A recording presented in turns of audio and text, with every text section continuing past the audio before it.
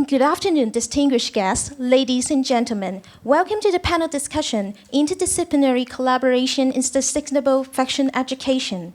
This section is live streaming on Fashion Summit website, Facebook page, and YouTube channel. Now, may I invite the moderator and our panel speakers to come on stage. Our moderator for this section is Dr. Christina Dean, founder and chair of Redress, founder and CEO of the Art Collective. And our speakers for the section include Professor Jane Gottelier, Master of Fashion and Knitwear Design, the DeTao Masters Academy, Ms. Cristina Kountiou, Professor of Fashion Marketing and Management, SCAD Hong Kong, Professor Robert Meeder, CEO of Academy of Design, Sri Lanka, and Ms. Basia Szkutnicka, Professor of Practice Fashion Design at the Hong Kong Polytechnic University. Please. Now I pass the time to Dr. Dean. Thank you. Well, hello everyone. Welcome to this session, fresh out of lunch. We've got 51 minutes to talk about something very serious. So my introduction is very short. We know that the environment is in a crisis. We know fashion is in turmoil. And we know that we need new fashion industry experts to take the place into this very challenging industry. The key is how do we educate the next generation and how do we build on interdisciplinary education such that we can absolutely radically change fashion right now. So my distinguished speakers here are going to share each of them some of the education and the interdisciplinary experiences that they've got in a little nutshell, and then we'll go into a panel, and then please save questions for the end. We can take an open Q&A, and there is also, of course, this app, which if you're all going to use it, fantastic. I also don't mind if you just want to ask a question in the mic, so please prepare questions for the last 10 minutes of Q&A. So first up, let's please ask Jane to introduce some key words that you want to share. Thank you. I'm going to kick off by talking about sustainable education at Studio Gottelier, which is at the DeTao Masters Academy, which is part of Shanghai Institute of Visual Art in Shanghai. We are quite unusual in that we have 500 masters from all over the world who were brought to DeTao because of their specialisms, not so much in education, but in industry. I run it with Patrick, my partner, who is in the front row here. And 5 years ago, 10 of us were asked to run advanced BA fashion courses. So the course we run is BA fashion, but underpinning all of them is sustainability. So we also concentrate on the ecological environment, green finance, and innovation. So I'm going to introduce you to some of the masters, because we're very lucky to be able to collaborate with each other. So this is Dirk Wijnen, who's a master of sustainable furniture design. He's Dutch, so he has a studio in Holland, a studio in Shanghai, and there's him with some of his students. Another master is Haim Dotan, who is a very famous Israeli architect, a green architect. And he, I don't know if any of you have seen it, built the glass bridge in Hunan province. And as well as being an architect, he also is a poet. So when his students arrive, he takes them up into the Yellow Mountains and they write poetry for a week, as well as learning about architecture. So we're all a little bit unusual. And this year, Haim and us did a project together. We're going to talk later about collaboration between sustainable architecture and sustainable fashion. This is Kevin Arwen, who's a master of wetland restoration. In fact, a world leader on it. So again, there's him with some of his students. And he comes in and I think scares the wits out of some of our students talking about the pollution of water around the world. So we are, as I said, very, very lucky to have all these different people. This is Kim and Tina, who are masters of a themed environment, which is, loosely speaking, garden design and architecture. And again, they're probably most well known for doing a lot of the set design for The Hobbit and The Lord of the Rings in New Zealand. So we also collaborate with them, and we're hoping to for them to build perhaps an outdoor stage for us to have a fashion show on. And that's myself and Patrick in the fashion department. The little picture in the middle is a student of ours last year whose collection was all about sustainability, and she collected fishing nets and fishing ropes from around Cornwall and actually knitted them and sort of macrame them into garments. And she is now at Chelsea School of Art doing an MA, actually continuing that work. So I'm going to just talk very quickly through a sustainable jacket project we do with the students. And this is the first project they really do. It's in the second year to learn about sustainability, although it is a thread throughout all of our projects. So they have to look at the aesthetics, functionality, craftsmanship, which I'm very keen on, and sustainability. So with aesthetics, obviously something's got to look beautiful. And in my opinion, if something's sustainable and it's just worthy, but it's not gorgeous to wear, what's the point? They've got to be hand in hand. It's got to be something that is really desirable and you're not just wearing it out of guilt. Functionality, of course, is really important. Something that's very wearable in the 21st century. Obviously, the fabric choice is incredibly important. Is the jacket easy to clean? Do you wash it? Do you dry clean it? What do you do? Is the jacket multifunctional? Because if it's something that can do several different things, that is really a good thing. Very, very big on craftsmanship, particularly going back to Savile Row tailors. In the old days, if you had a beautiful suit made, you would have quite wide selvages. So as you got older and a bit plumper, the tailor would let it out for you. And also, I think, handing on clothes through families, really well-made clothes can be handed on actually for hundreds of years if the fabric's good and the craftsmanship is good. So we're very much encouraging that with our students. And of course, sustainability. Is the jacket sustainable? Is it durable? Did any of the students use no-waste cutting techniques? Fabric choice again, is it harmful to the planet? And basically, what impact does your design have on the planet? And of course, are the factory workers treated well? So there's a few key points from the brief before they start. The fabric you choose are essential. What importance and added value are you giving? And consider, of course, the environmental impact. Oh, yeah, okay. I'm going to have to watch you on time. Yes, okay, I'll rush through it. Okay. No. I'm watching the clock with a little bit of anxiety. All right. Yeah. So I'm just going to skip through this a little bit because I'm going to get on to one of our students, Tina, who did this project, a jacket that tells a story. And she designed a jacket based on an invention. The theme of the project was to base it on an invention within the last 20 years. So she actually based it on the modern Chinese trains. And she was also fascinated by ladies knitting on the trains, which they used to do. So she started off with doing some knitting, but she also invented her own yarn. She laser cut waste fabric from a local factory into the yarn that she knitted with. Just skip that. This was her six different looks. She also used the front of the train, the yellow V, as a design feature.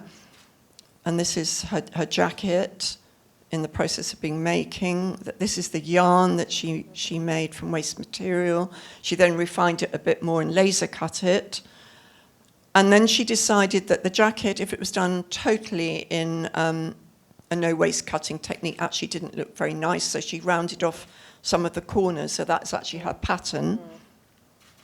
This is the jacket. Again, the fabric, everything is reused and remade.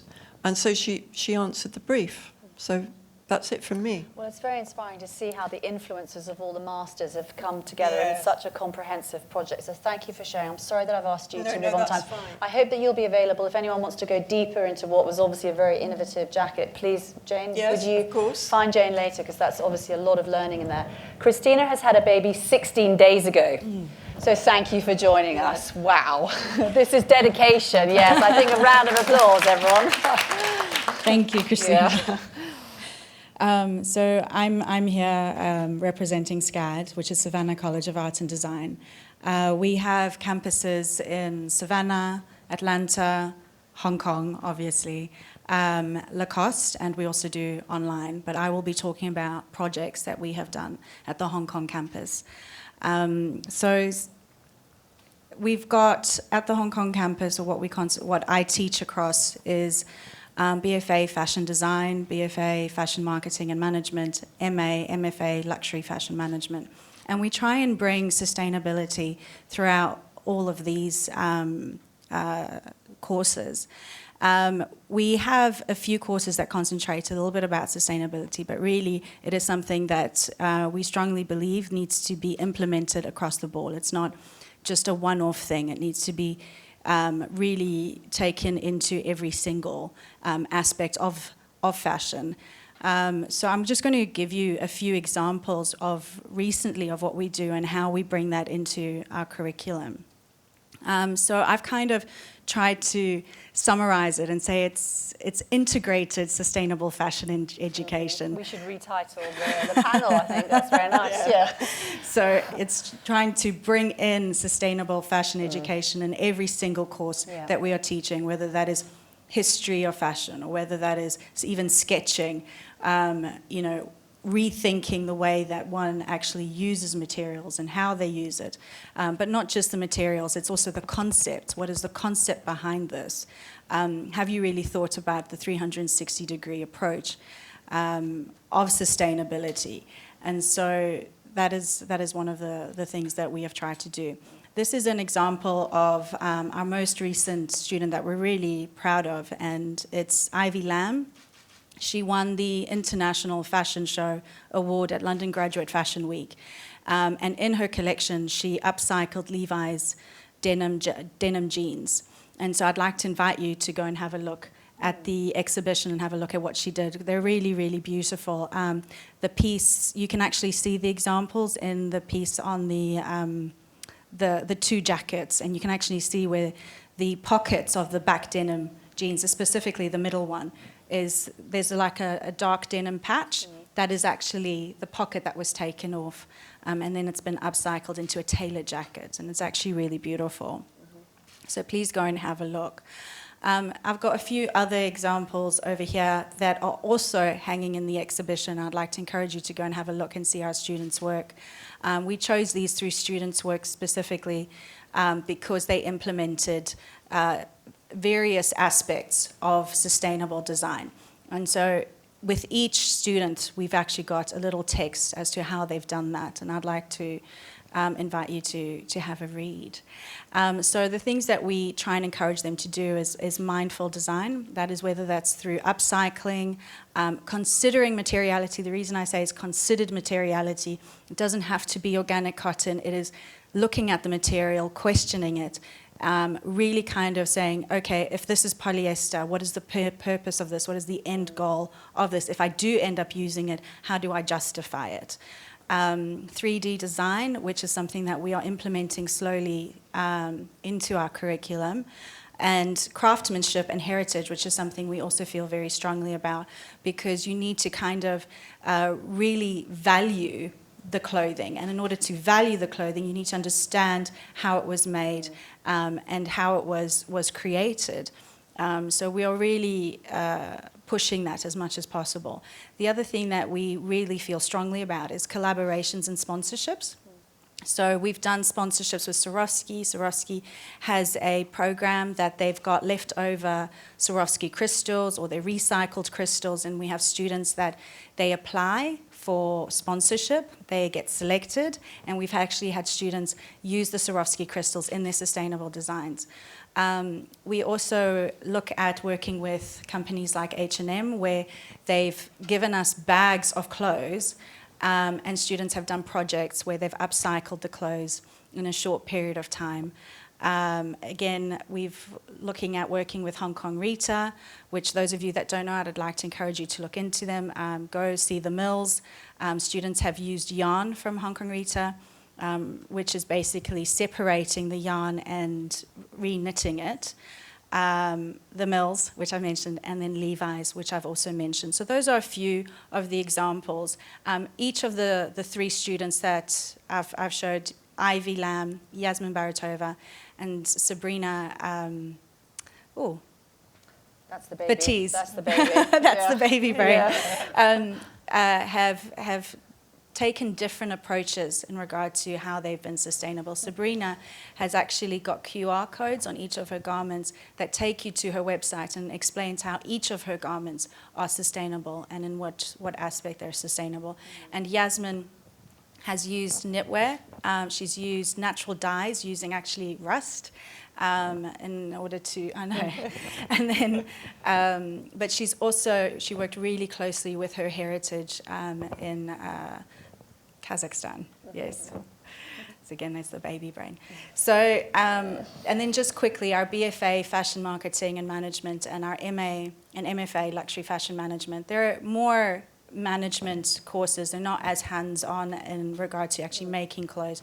So it's more about looking at systems, it's looking at business models, it's looking at how things are run, it's looking at the supply chain, it's looking at various different things. And again, it's more of an integrated classroom. We look at cross-collaboration across disciplines. We're trying to get students to not just work with the fashion department, we try and get them to work with the advertising department, com arts and so forth. And then I had the privilege actually to go with Robert here to the Copenhagen Youth Summit. And he actually was very integral in having students be at the Copenhagen Fashion Summit and the marketing students to actually be part of that. So that was really amazing that we had representation, Asian representation of students at the Copenhagen Fashion Summit being part of that and actually having a voice. And then we're looking at various collaborative projects with industries. I'm happy to go into that in more detail with you afterwards. Actually having industry come in and review students' work one-on-one and give them one-on-one critiques and actually put them in very difficult situations and tell them actually this is not going to work.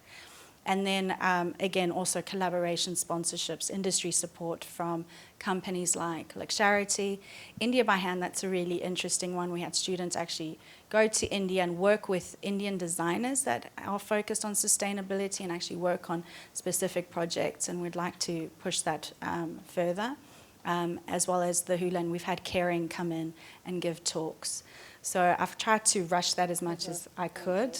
And yes, well, I'll pass you on. Thank you. I mean, obviously, it's a very broad and impressive set of sustainability things that you brought into SCAD. So thank you, Robert. Thank you.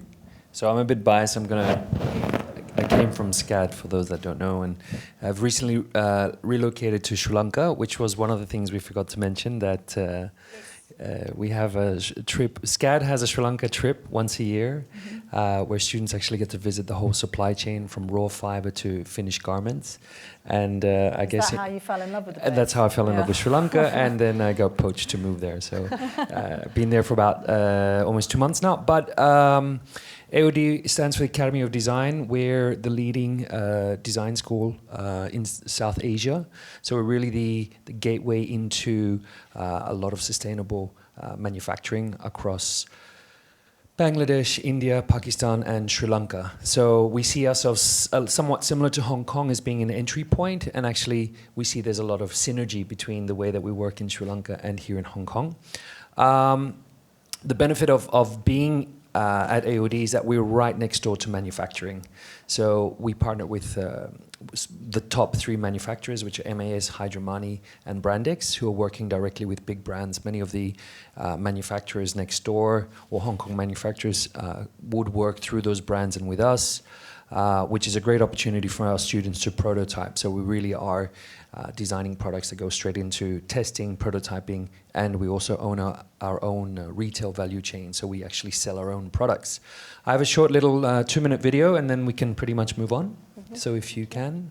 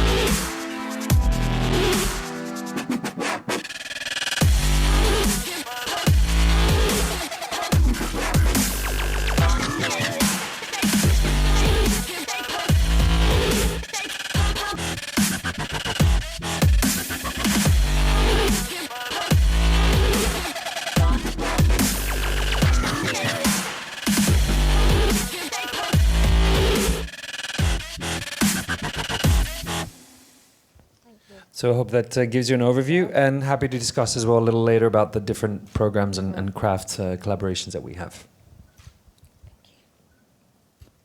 Basia, thank you. Okay, I'll be as quick as possible. It's horrible following these guys now. They've said everything, so thank you. I have no presentation. We do we do all of that and more. No, I'd just like to say that it's actually wonderful to listen to this, because it just confirms that we're all working in the same direction. We all have the same agenda in fashion education. We are doing similar things in different ways.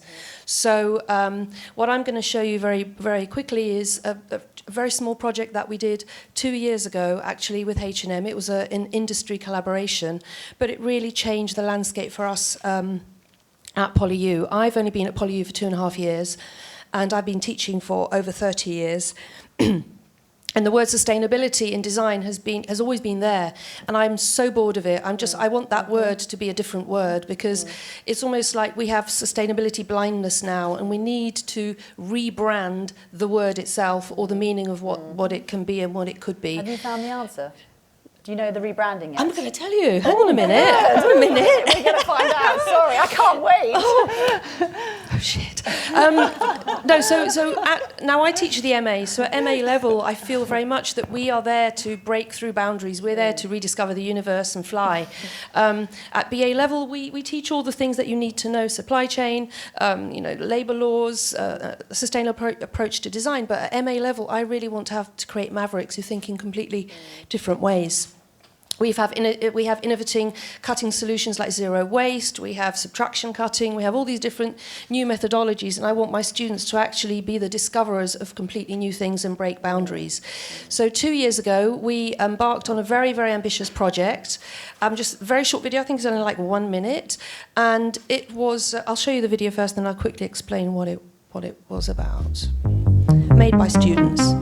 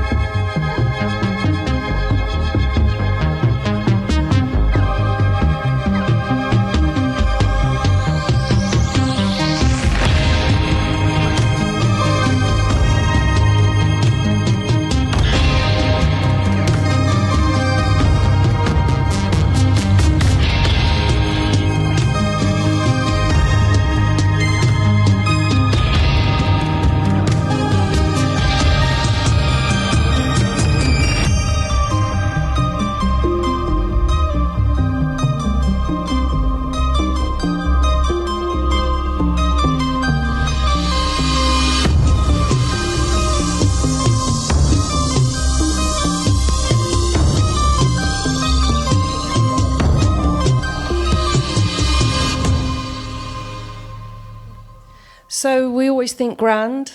We want to change the world. And this particular collection, I had 23 students. The client was H&M.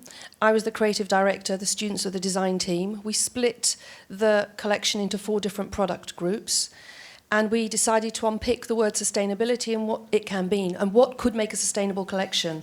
So we thought timelessness, in other words, something that can be worn for a longer period of time, for as long as possible.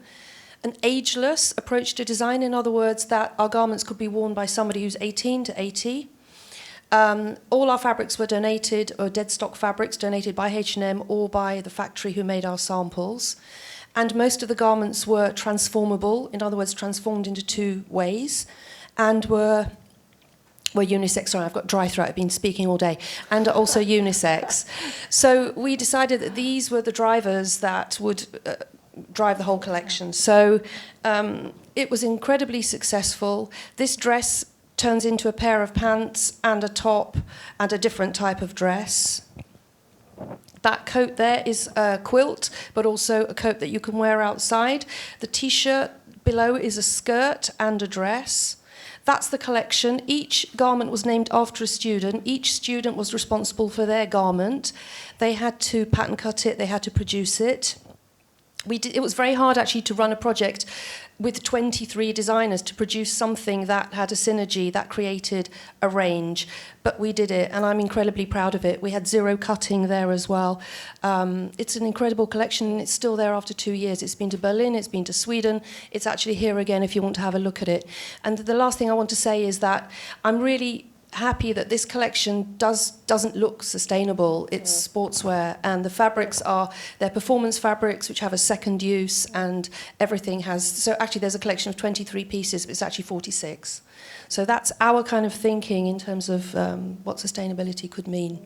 It's wonderful. It's beautiful. Very lovely. And there's some water for you there. Well, thank you all so much for sharing very inspiring stories about how you're helping to transform the industry.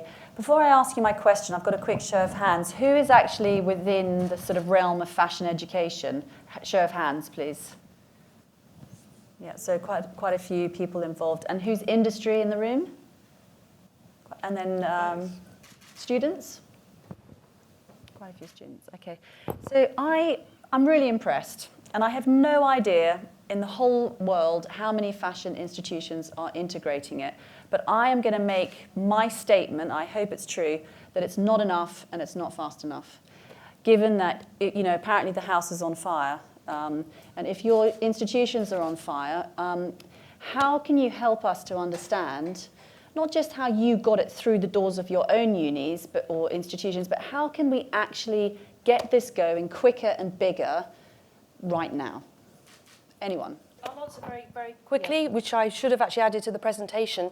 So even though that collaboration was 2 years ago, this year I can't actually reveal the client, but we have actually been commissioned to design a product for a huge client based here in Hong Kong. All my students here know about it. It's a top secret. We just signed the contract.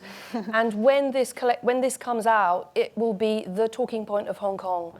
So it has an extra thing where I'm very passionate about driving this within our region. It's much further forward in other countries or Europe or America, whereas here it still has a backbench. Can I clarify? Is this something that you're doing? Maybe I missed the few words at the beginning. Is it with industry that's something magic? No, it's a client here in Hong Kong. But is it a collaboration that you're doing with an external industry partner? We have a factory who will produce it, but we have been commissioned as the design team. And we will then apply for the tender to do the production as well. Okay. So, but it's not really like driving education through the curriculum system. No, but it will be evidence of it. But I think we are adamant that it's a circular collection. But to your point, I think basically one of the things we've talked about, maybe this is for us at least, it's about industry collaborations. That we cannot rest on the government and the educational ministries to approve curriculum and syllabi. That we all know takes. It does take a long time. Whereas we know that when we do the collaboration with industry is so far ahead. Yeah. And there was a time that industry did respect academia. But academia, we've failed industry. We failed our students. So the only, I think, opportunities that I've seen and I'm sure most of you agree, is to jump on the bandwagon with industry. Do you both agree? No, for sure. Yeah? I was going to say it's slightly different in mainland China in that things happen very quickly. So we don't have to go through all these hoops to get approval.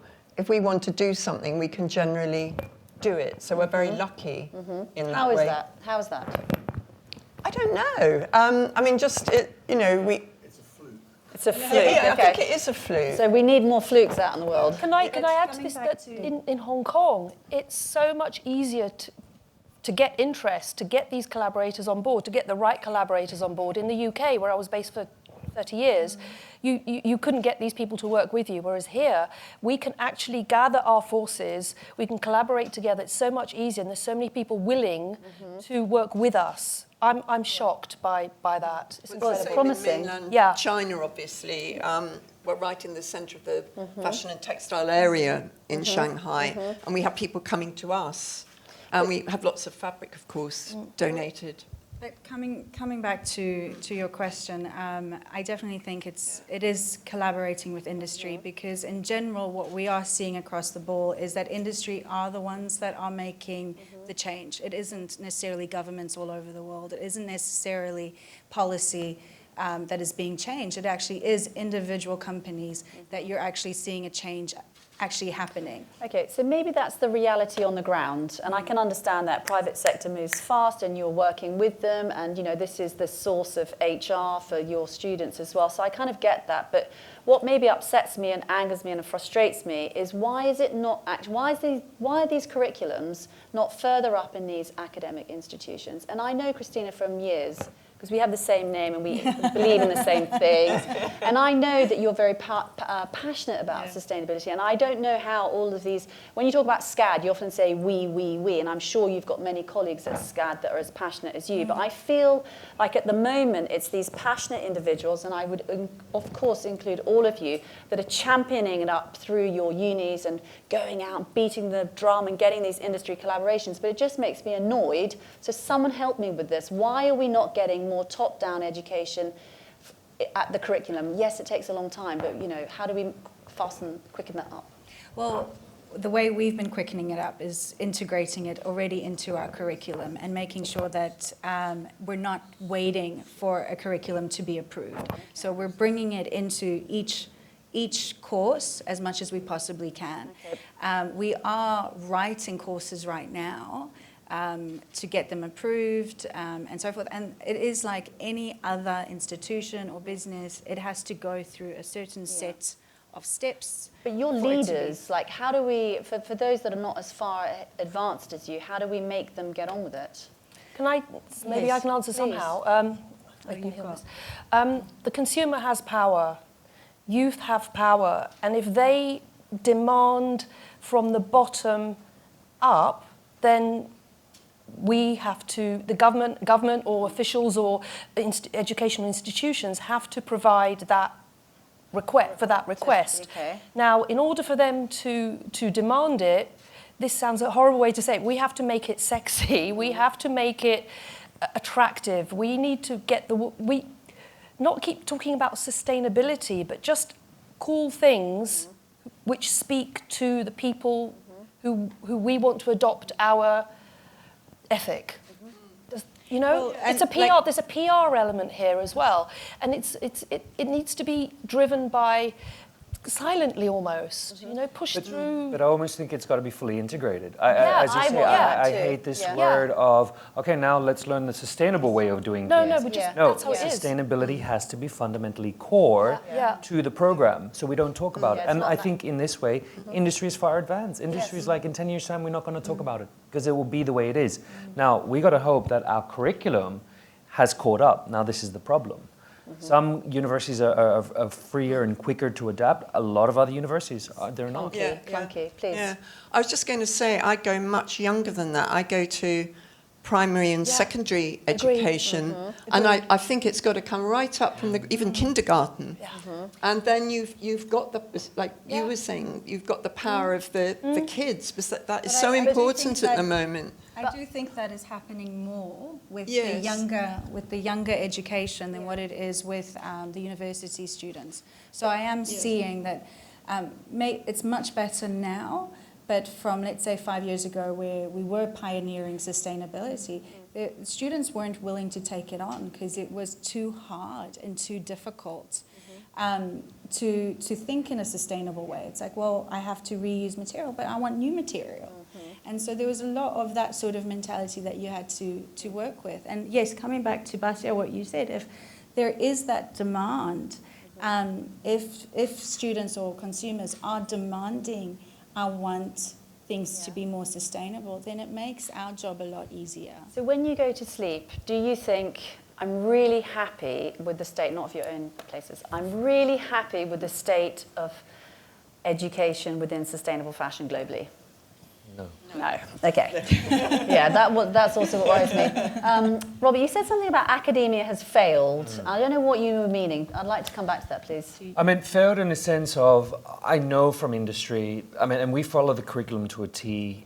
Students will go out, they go into the industry, and the industry will turn around and say, look, they've only learned half of what they need to learn. They've only learned half of the programs. We also, there's just so many things out there that we have to teach the students. We can't cram everything into those 4 years. So we're also hitting our heads against the wall saying, what sort of design education do we offer? You know, is it fashion education, or is it more design thinking with material use being fashion? Yeah. Should we not then be teaching young designers to be innovators, entrepreneurs with an agile mind, problem-solving approach to things? Because then you can put them in any circumstances and then they'll do. So I think as the industry evolves, there's definitely a lot of opportunities to kind of position ourselves. There still will be your traditional couture schools, there will still be your traditional research-based schools, but I do think other universities do need to come up, other curriculums need to come up, and we're seeing that through different programs to address the immediate need of industry. I think educators need to be educated. And educators This need is to be the other educated. thing. You've got 4 people here who are passionate, and I have can I say, people... and I'm sure formally none of us got taught what sustainability was in I was our... shrinking, winging it, I was shrinking plastic crisp packets and making coats when I was 14. But we didn't call that sustainability. I was calling it sustainability. In the It context smelled like of cheese and onions, another matter. But we're rare. I have to say that I've learned so much being here in Hong Kong from my colleagues, from being at PolyU. They're looking to open a sustainability centre. We talk about it a lot. And I've learned a lot. I didn't know what I know now 3 years ago. Yeah. And I choose to learn, and I want to learn, and I want to spread the message. There needs to be more of us. I just don't know if we can rely on passionate people, though, at the moment, given that, you know, we're saying the house is on fire, the uni's on fire, and the academic institutions, whatever you want to call yourselves, on fire. And I just worry about relying on passionate individuals at these very big institutions, which is why I want to understand further how do we make change on a much bigger level so that it actually becomes top-down. Well, if I could just... And it comes down to funding. At the end of the day, I thought that. we all rely on funding, we all rely on seats on bums, and money in the door. Bums on seats. Bums on seats. Seats on bums. Anyway. Do you have a baby as well? Yes, I do. And so that's the problem. I mean, even amongst ourselves, God forbid that my students move across to your universities, but I lose funding, right? Yeah. So this notion that education comes with a price and a cost, that's one of the core problems. Now, in some ways, education should be free, right? Yeah. You look at countries who do have it, like, you know, Scandinavia or Germany, and look at the state there in terms of sustainable practices. They're miles way ahead because they removed that. Can we start offering free education here in Hong Kong? I don't think so. Hong Kong is a very small place, so we could do a lot here, and we could be a beacon. There's no reason why Hong Kong could not become a beacon of excellence, because it's manageable and then it's scalable. But Christina, one of the things you were saying about how we need to get it out there, we're actually very powerful individuals, because I'm invited to China to speak at mega conferences. To, you know, at the end of September, I'm in. I don't know how to say these places, Zhuzhou or Guangzhou. I don't know where I'm going, but I fly there.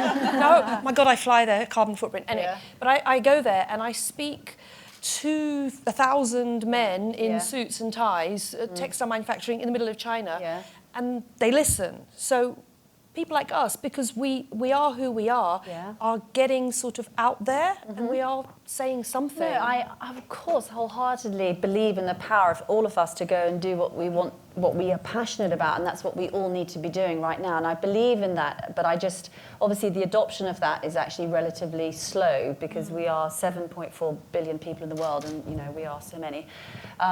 So I think, number one, I can't load the app, and I've got some questions coming through. Number two, we've got 11-ish minutes, so you can start preparing your questions. There will be a mic. And so I'm happy to go to Q&A earlier if you like. If we can get a mic ready, please. Can I just, one please point go to for finish it. off? And I think the quicker we adopt it is the moment that we see the financial sense in sustainable design education. So you prove that to academia, they'll see it, then the changes will happen, basically. I've just got one more thing too. I think there should be much more collaboration between science and design universities. I think it needs to be a coming together of minds to solve problems. I think it's no good just sticking in art and design universities. I think we've got to join hands with the scientists on this. So that's exactly the purpose of this whole panel, which was interdisciplinary collaboration, but it feels like just getting it in through the door of the academic institution is hard enough, not getting it across multiple departments. When I had a quick look at London College of Fashion and their fashion and textile related courses, I think there were like 27 different departments, or courses, sorry, that do BA courses. So, not only are we asking it to get in the door of a course, but we're supposed to be talking about interdisciplinary, like getting the various departments to collaborate. And that, for me, even feels like a stretch too far for most. Well, maybe it's happening. How do you know it's not happening? Because, I was at LCF. I know exactly what's going on there. Yeah. It is happening. Yeah. It's just that it's not out there in the public domain. It is happening. No, I'm not negative that I know that it must be happening, but to some of the leading institutions, but I'm talking about the masses. How do we get it out to the bulk of the education? Because obviously, the pioneers are doing it. Well, I think the hope is, as an educational institution, is by encouraging collaboration and interdisciplinary courses and so forth, which is what we all do, is that our students will end up leaving and have that mindset. Yeah. Now, it would be great if those numbers were bigger and have more people coming and maybe do more events or talks. And we did actually do a talk together where we tried to, we actually succeeded. We created a platform. We had students, NGOs, industry come together in one room and do different workshops where everyone was able to express what they thought the future should be in regards to sustainability.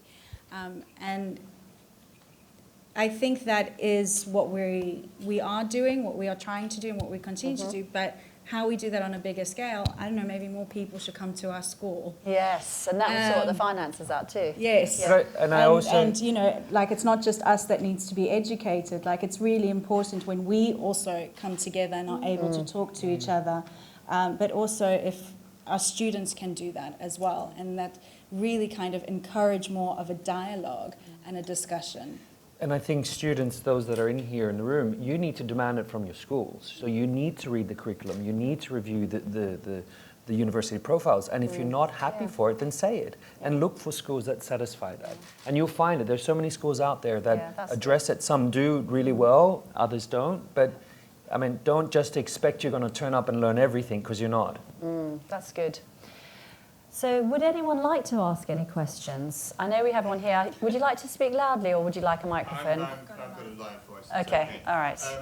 I wanted to reinforce what Robert was saying, that there is a major problem with Western universities in the difficulty in changing curriculum. Yeah. The number of panels, the number of committees, the number of approvals that you have to get from people who have no interest in your particular field. All have to come on board in order for you to make a change. So they're within that, and the fear of losing students, losing income, is very much tied into that slowness of change. So that's a fundamental problem. But coming with that, also the solution is, as creative academics, our key job is to drive creative and critical thinking amongst our students.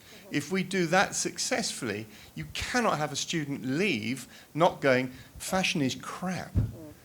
Very technical there. Very, very technical. But if they haven't come to that realization by the end of the first year and are looking for solutions, you are not doing your job as an educator. And we have had students who have left, actually, because they have found it crap and they haven't got the conscience to go on with it. And they don't want to be part of it, which is fine. We've done our job well. Yeah. Okay. Thank you. Anyone else have some questions? We pass the mic here, please.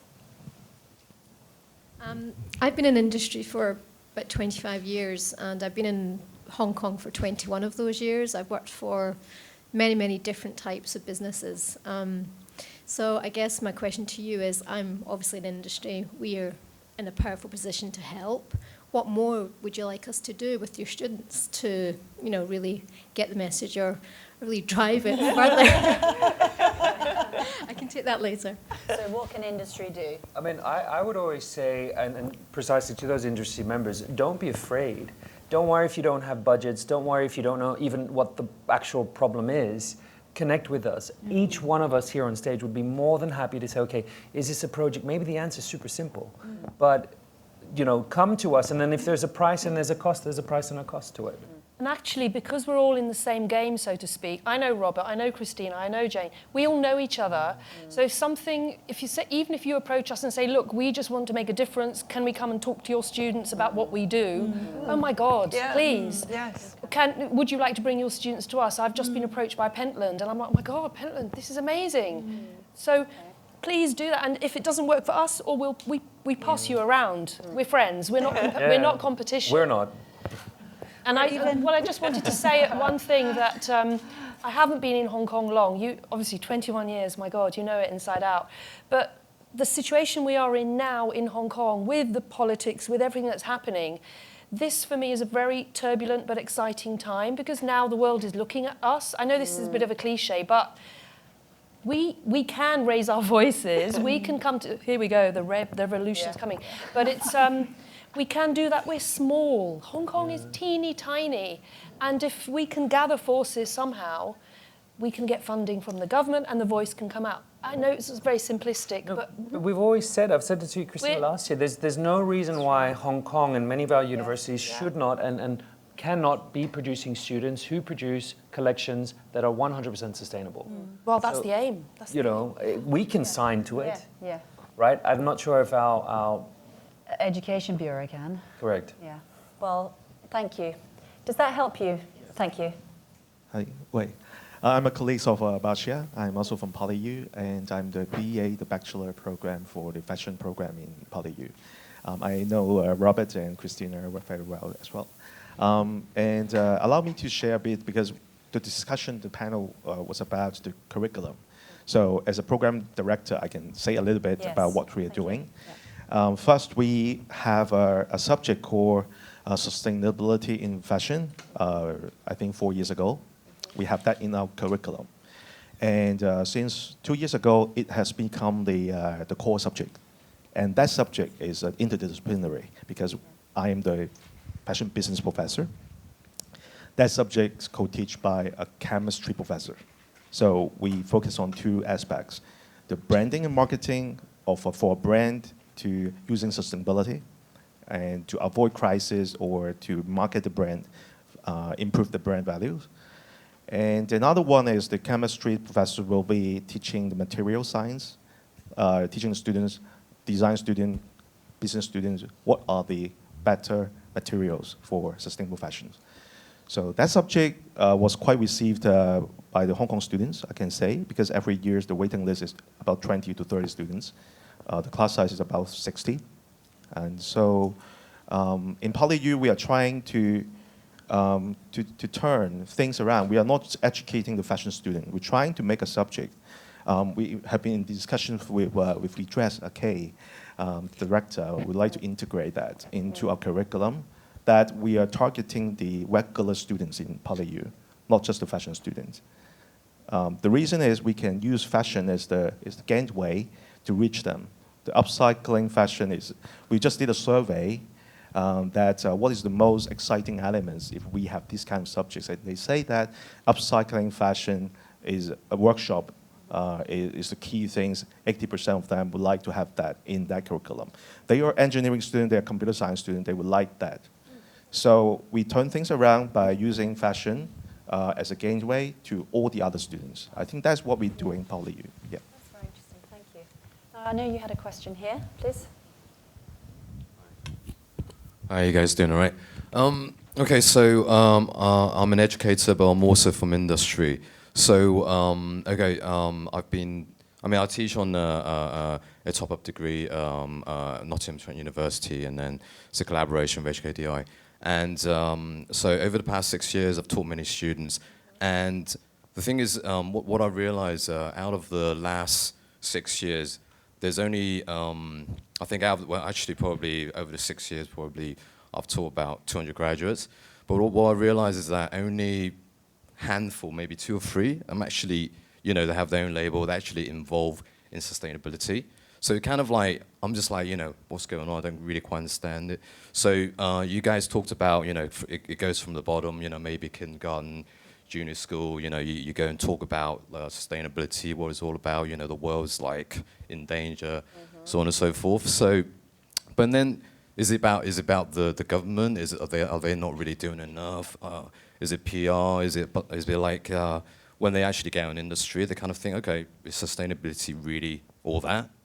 Or, as Patrick was saying, is it like really crap? I mean, you know what I mean? So, like, I'm trying to understand a little bit more whether it's PR, whether it's government, whether it's educators, whether it's actually the powers that be like yourselves getting together, within that like, circle and just really kind of like go and just do it, because by, like all the powers like getting involved, you for sure you get the funding because sustainability is really, really key. But the thing is, why isn't it more young designers involved?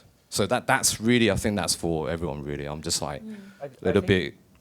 The answer to that is, and it's the answer that industry are asking themselves. It's because it's not linear and it's not one thing. It's really it's an ecosystem. It's all of us. So we all have to pull and shove, and it's a conscious decision that every player has to consider that they also want to make that step.